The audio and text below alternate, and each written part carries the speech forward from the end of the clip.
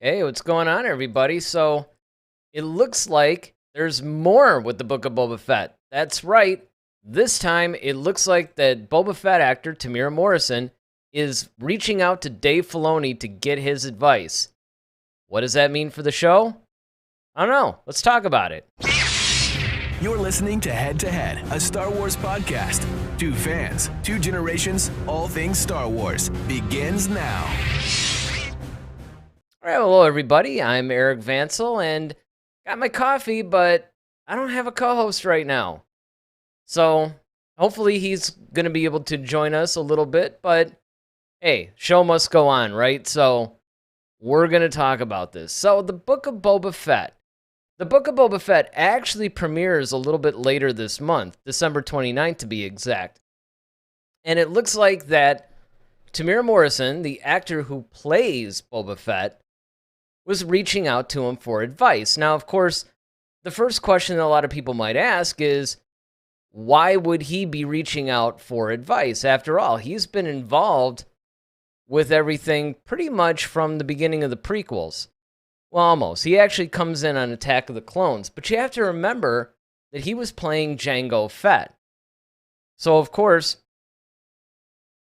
he wasn't all that up on the whole, origins of Boba Fett and all this other stuff and all the background, because a lot of times as Star Wars fans, one of the mistakes that we have a tendency to make is we think that just because that we're keeping up on all this stuff, surely all the actors must be as well.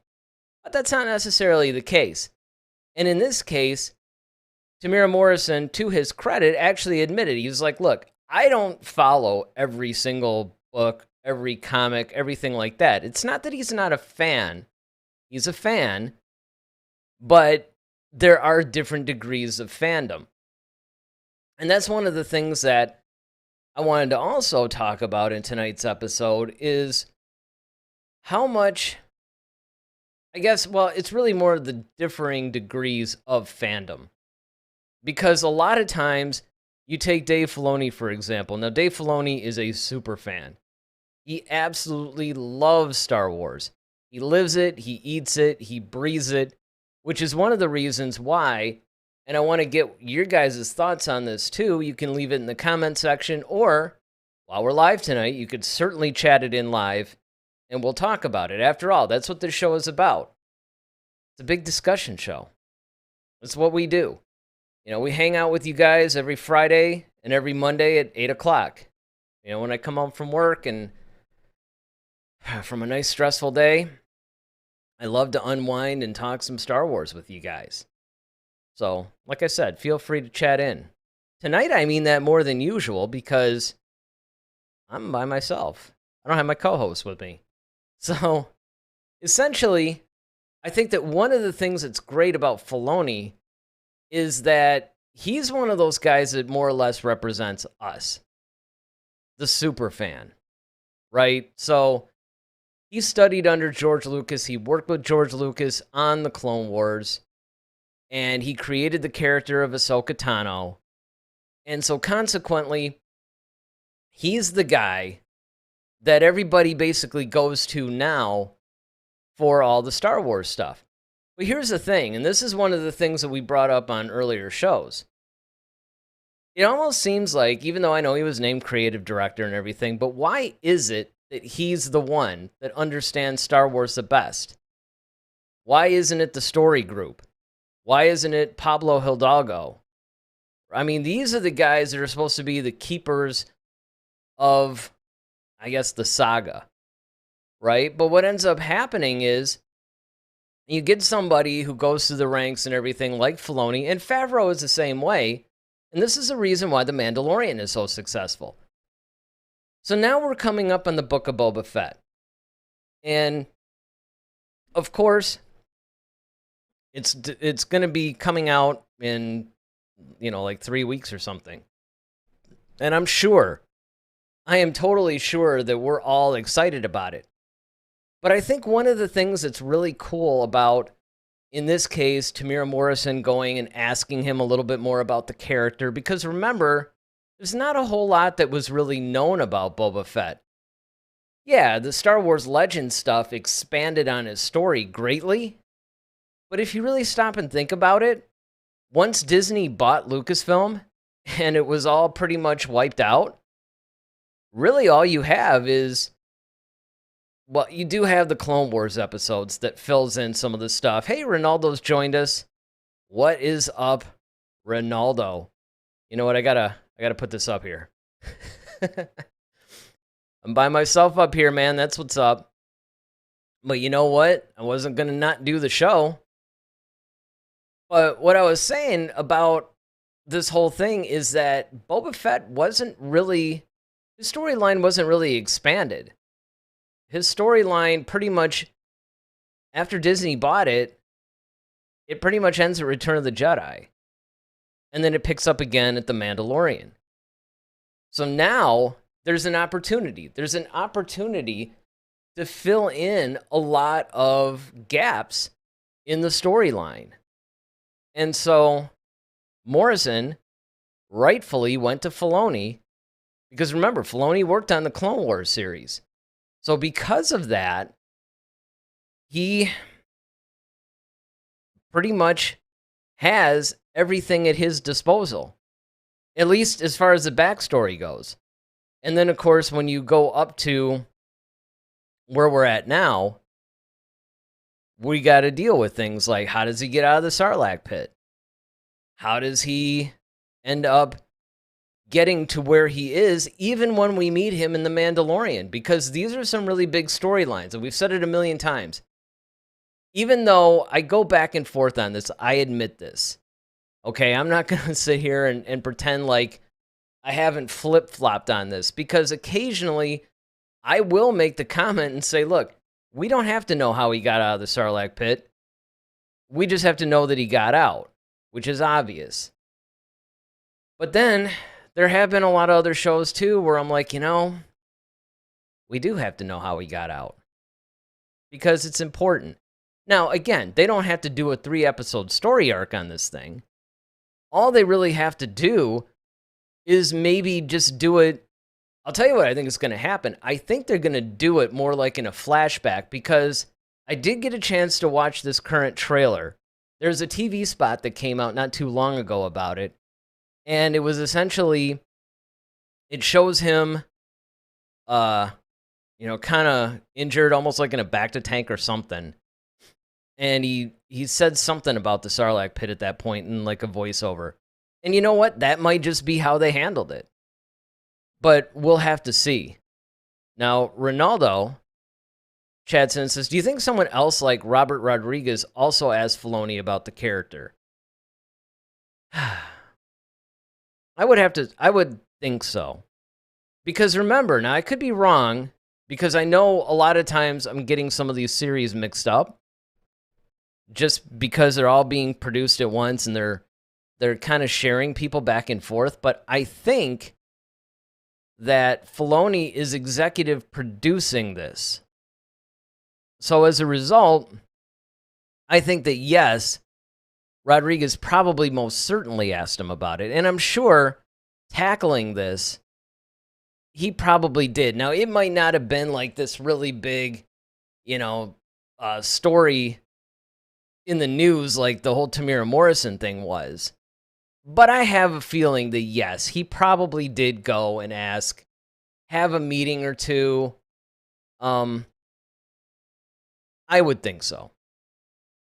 I mean, I could be wrong, but it seems to me like it just wouldn't be feasible for him to be doing this and not approach him in some way, shape, or form.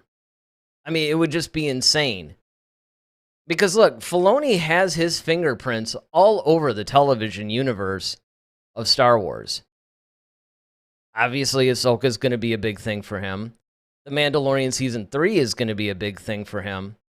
The Book of Boba Fett ties in with The Mandalorian so much that I definitely think it's going to be a big thing for him. And even moving forward, now there's a story that's come out that's basically talking about, now that the Rangers of the New Republic series is essentially dead, they're going to lift some of those storylines and then they're going to put them into The Mandalorian, the Book of Boba Fett, Ahsoka.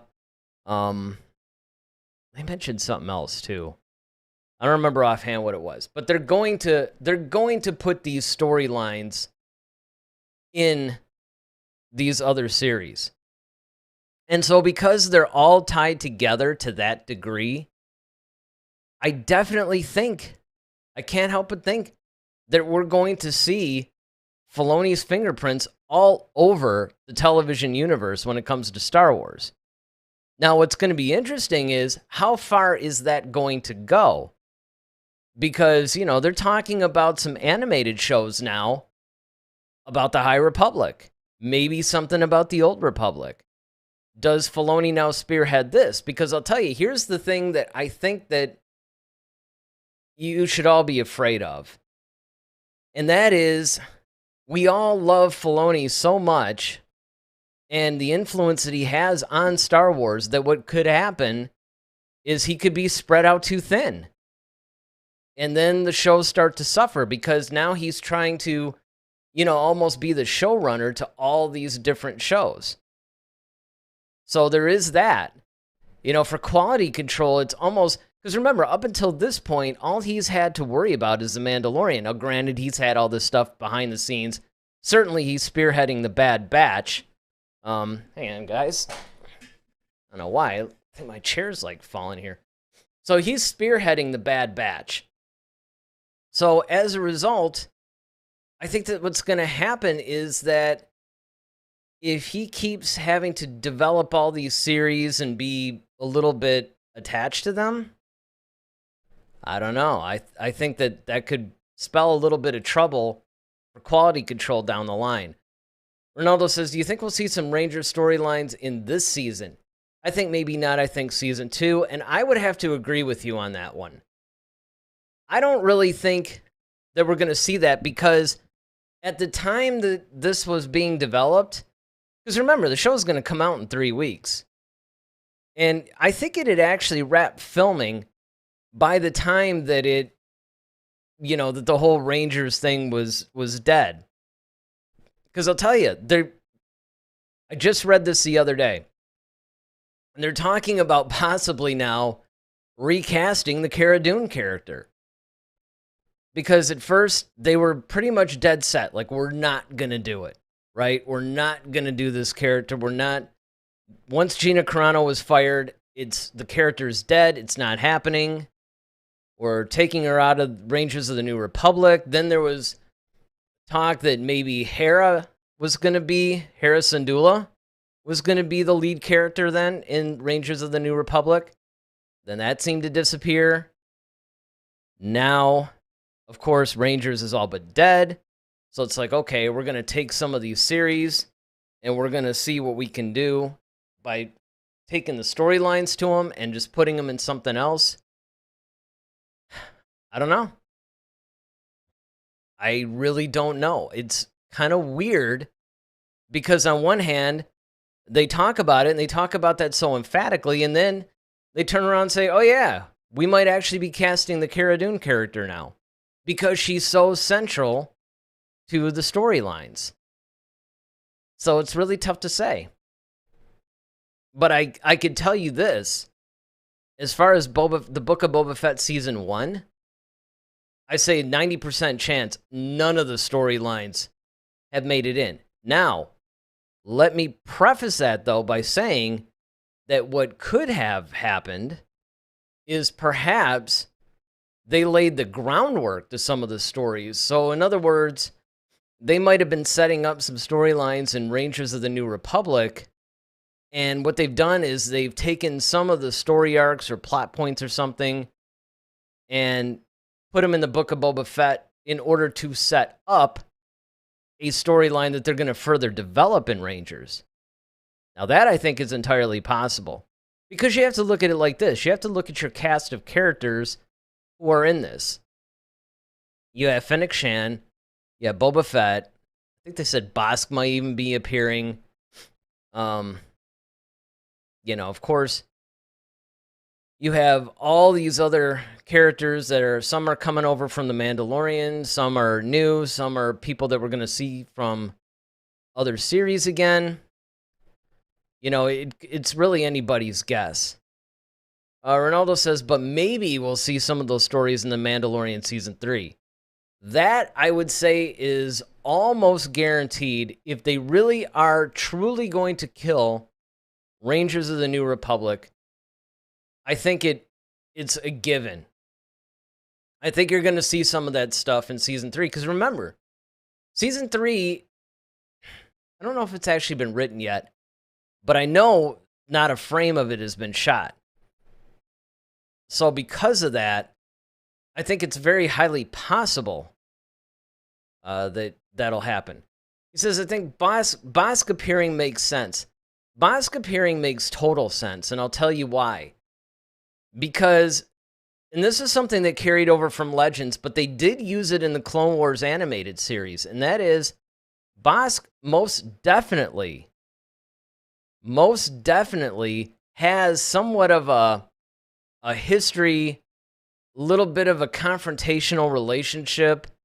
They're not really enemies, but I guess they're kind of like frenemies, really. You know, they're sort of uneasy allies at points, but they're definitely competitors. There's a definite competition between Bosk and Boba Fett, and it just seems inconceivable to me that you can have Boba Fett without Bosk, at least appearing to some degree. And then Ronaldo basically says there are recast rumors now? Yeah, this came out, I want to say yesterday. In fact, I almost did the show on it. I was almost going to say, you know what? We should do the show on this because it's one of those things that's really strange about Star Wars. What they'll do is there'll be all these stories that seem to come out at once to varying degrees of importance. This is one of those stories that kind of blew by. There wasn't really a whole lot of articles online about it, but there were enough. And even though it sort of blew by, and I didn't even really see a bunch of YouTubers really seizing on this at all. But if you really stop and think about it, it's a pretty big deal. I mean, if they recast Cara Dune, number one, that pretty much, I mean, unless something really weird happens, that shuts the door on Gina Carano returning, which is also going around. Lucasfilm has been a little wishy-washy on the subject, but there's been a lot of petitions that have gone around. There's been a lot of fan demand. Fans want her back in the role. Now, of course, Ronaldo asks a question that everybody should ask. But is it a reliable source? Yes, it's a reliable source. In fact, it comes from a couple of reliable sources. This isn't something from Mike Zero or WeGotThisCovered.com or whatever. I mean, it's nothing like that.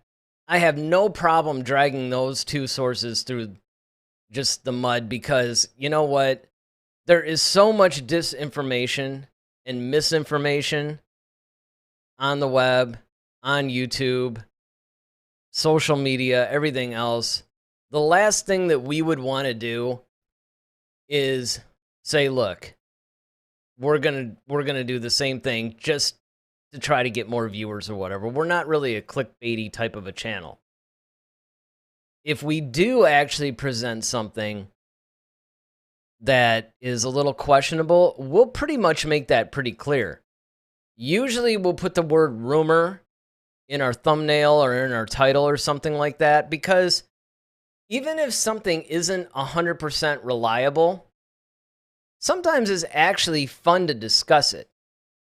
Because even the possibility could be interesting. Or maybe it's not 100% reliable, but it's possible or it's plausible.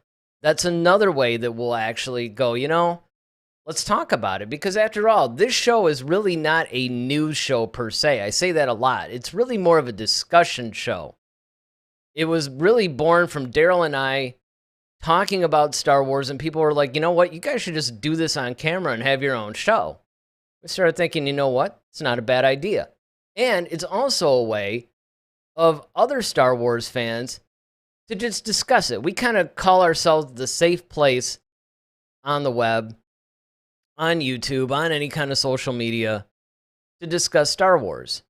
And of course, we extend that with our Facebook group, Head to Head, a Star Wars community. which you can find. I think it's like head-to-head SW community or something like that. I don't know why, but I can never remember the stupid title or whatever. It's weird. I mean, I run the group, and we had some really good discussions on that thing, but it's like, for some reason, I can never remember the title. It's hilarious. But we love to discuss the stuff. And the problem is that sometimes there'll be things that maybe aren't 100% reliable, but it is something that is worthy of discussion. This is not one of those cases. This is pretty much a thing. Now, again, I have to preface that statement, though, by saying it's not like they said that they were going to do it, right? They said they're looking into it. They're working on it.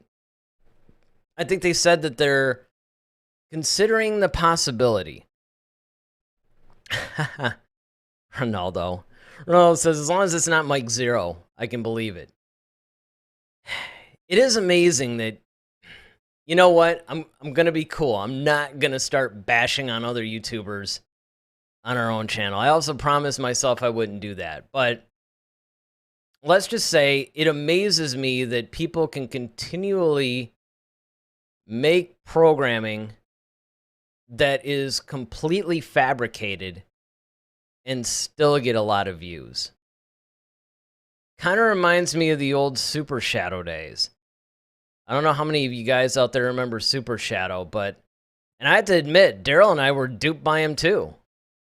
But then his answers started getting a little bit more strange, bizarre, and fantastic, where it was just kind of like, okay.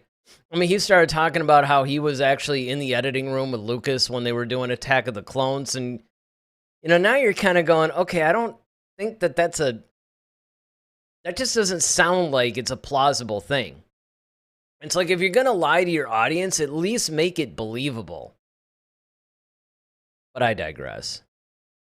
I do think, though, getting back to the main point, that if they do recast Gina Carano and they do have Cara Dune appear as her own character, especially if they're going to still scrap the Rangers of the New Republic, I think there's a really good chance that the Cara Dune character could almost be as fluid as what we were thinking Thrawn could be.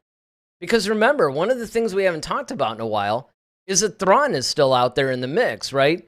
He's basically mentioned on The Mandalorian. He's in this current world. So it wouldn't be a stretch to think that Thrawn, I'm not so sure he's going to be in the Book of Boba Fett, but he could very well be mentioned, because that would make sense for them to set up some things in Season 3 of The Mandalorian, or perhaps they could be setting up something for Ahsoka. There's just all kinds of possibilities. But one of the things that I actually love is the fact that a lot of these guys that are acting in the Star Wars TV shows, they actually seem to care about the characters. I really like the fact that Morrison is asking Filoni about the character, a little bit of the backstory, the history. What are this guy's motivations? Even though it's kind of weird because, and this is something that I said in the description, because Morrison played Jango, and he deals with Boba, so he's kind of part of that lineage.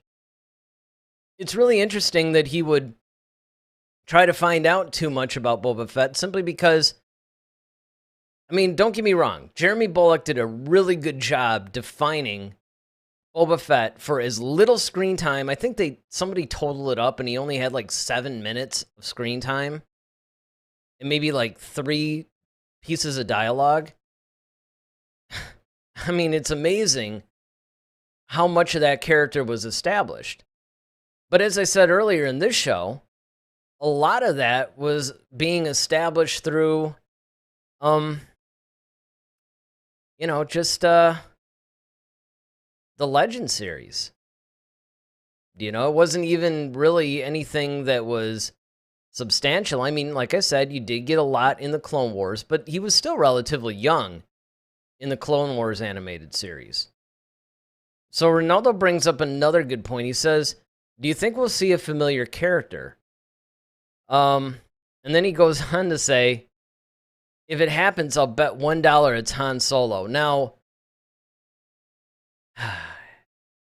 it would be a little bit dangerous for them to bring somebody like Han Solo in there. But then again, I would have said the same thing about Luke Skywalker. And actually, I'm going to make a point that you'll probably like, Ronaldo. Because in thinking about it just now, right? Like, I had no idea you were going to say this. But bringing in Luke Skywalker into The Mandalorian, if you were going to bring in the Force, which of course they did with Grogu, you have to have Luke Skywalker. See, we were kind of hoping at first that The Mandalorian was going to be free from the whole Jedi, Sith, Force stuff, right? That it was just going to be kind of a Wild West, sort of a man with no name, a lot like the Sergio, oh man, I blanked on his last name. This is hilarious. But you guys know what I mean. The whole Man with No Name trilogy with Clint Eastwood. That definitely would have been a great tone for the show. And it pretty much does follow that tone. And they do bring in a little bit of stuff, right? Because you had the one episode where they introduced Miggs Mayfield. And that was kind of like your Ocean's 11 type of a thing. But, you know, if you do bring the Force in, and you do bring Jedi in, then you almost have to bring in Luke Skywalker because he's just too important to that timeline. So you have to do it. And here's the point. If you are bringing in Boba Fett, Bossk, all these other guys, in much the same way that you need Luke Skywalker for that timeline, you almost need Han Solo for this. You do. I could definitely see Han Solo being a part of it, but that's not to say he has to be. Just like Luke Skywalker did not have to appear in The Mandalorian. It was a little weird if he wouldn't, but he didn't have to. Han Solo, same thing.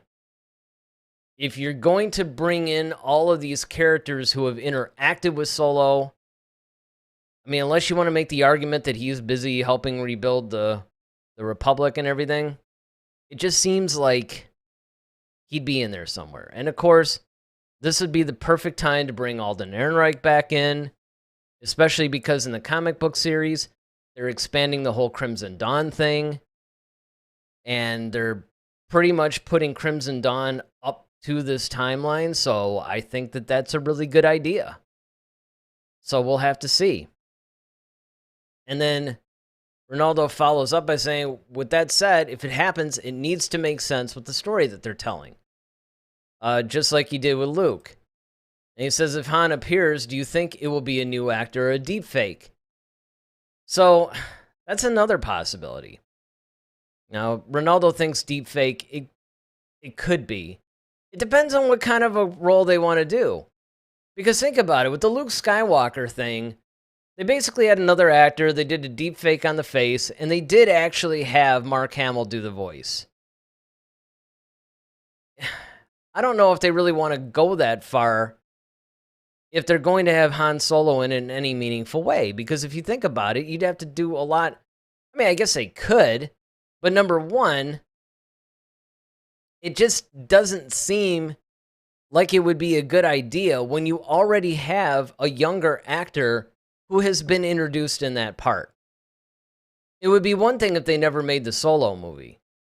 The problem is they made it. So, I mean, you might as well just cast the actor in it. In fact, if you really wanted to be cool, you can even get Donald Glover back as Lando Calrissian. Which, of course, if they're going to still do, you know, we don't know anything about this because, once again, they mention the show and then you hear nothing about it. But remember, one of the shows they were going to do was Lando.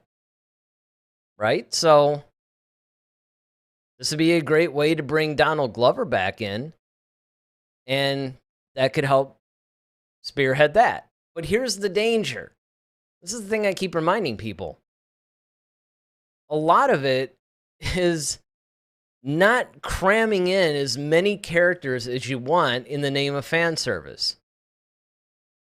So, I mean, I don't want them to start shoehorning in all these characters just because it would be cool to have them in there. Ronaldo says, this is old news, but do you remember when they hired that YouTuber that made that very well done deep fake Luke? Yeah, I do remember that. And that was amazing. It's really great. Actually, that's a really cool thing that, you know, it just goes to show you, man. People pay attention to YouTube. You know, it's no different than the rock band Journey. You know, Neil Schon, the guitar player, was watching YouTube videos of Journey tribute bands and plucked Arnel Pineda out of there because he saw him and he sounded like a dead ringer for Steve Perry.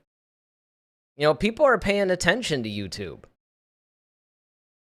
Wish they'd pay a little bit more attention to our channel, maybe. But, you know, what's cool is that you could post something like that on YouTube, and now you turn around and you get a job.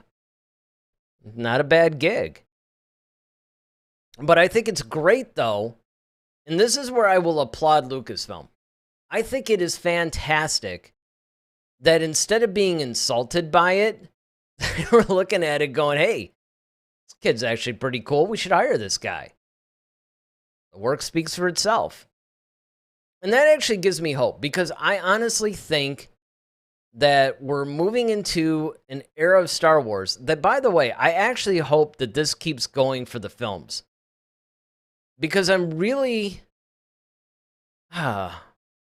encouraged. I think that's what I'm trying to say. I'm really encouraged by what we're seeing in the TV Disney Plus realm of the Star Wars franchise.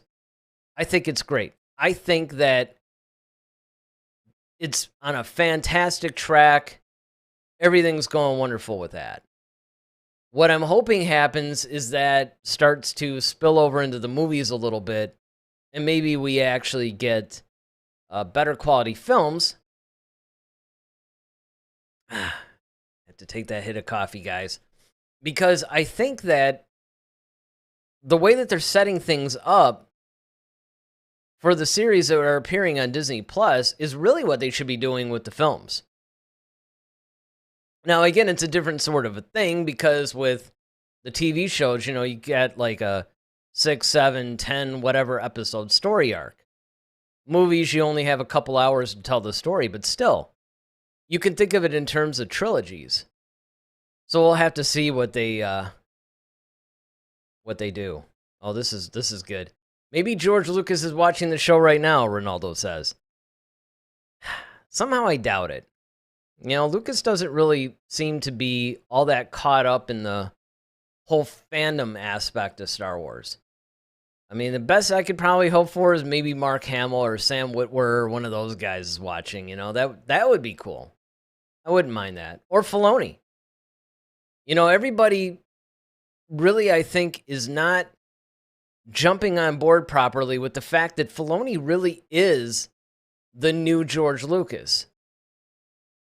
So I'm really hoping that, you know, maybe we start to see some more positive things happening in the films if Filoni gets involved. But the important question isn't what I think. The important question is, what do you guys think? What do you guys think that we're going to see when it comes to the Book of Boba Fett? Do you think all of this character research that Temuera Morrison is trying to do is going to actually pay off and give us a better Boba Fett performance? Or do you really think that it's even that necessary? I mean, I, for one, like I said, just to reiterate my point, I think it's fantastic. I think it's great that these actors want to actually know more, that it's not just a paycheck. It's not just, well, you know, I like Star Wars as a kid or whatever. No, these guys are like, look, I'm playing this character. I want to know more about them. I want to know more about their motivation, their history, why they're doing what they're doing, because ultimately it helps them give a better performance as that character. Now, it was different for somebody like Harrison Ford or Mark Hamill, even though they were asking Lucas all the time about, well, why is my character doing this? And why are they saying this? But they were defining the character. The thing is, if you really stop and think about it, Mandalorian Season 2 is the most we've ever seen of Boba Fett. And even though Morrison, I thought, did a fantastic job of giving us an idea where Boba Fett is now, it didn't quite 100% feel like Boba Fett to me. And I think it's mostly because it's a different actor. But then again, if you think about it, he didn't feel like Jango Fett either. So I like the fact that Morrison's saying, look, I want to know more about this guy. I want to know more about this character I'm playing. I want to know more about his history. So, while you guys are hitting that subscribe button, hitting that like button, hitting the notification bell, so you know exactly when we put up new content, you can leave a comment and let us know. What do you think about the fact that Morrison is actually asking Filoni? And what do you think this says about Filoni's involvement in Star Wars? I, for one, think it's pretty positive. I'm looking forward to reading you guys' comments about it. So remember, every Monday, every Friday at 8 p.m. Eastern Time, we are here and we're talking Star Wars. And this coming Monday, we're going to be reviewing the Star Wars series Visions. If you guys aren't familiar with it, it's basically a bunch of Japanese anime studios that did anime little episodes about 20 minutes long, and it's more or less their take on the Star Wars universe. It's a 9-episode series, at least in this season, and we're on episode 8. So check us out Monday when we review episode 8. And until then, may the Force be with you. Always. Head to Head, a Star Wars podcast. Be sure to follow us on Twitter @HeadToHeadSW. Submit your questions for our next show. Visit our official website at headtoheadswpodcast.com. Until next time, may the Force be with you, always.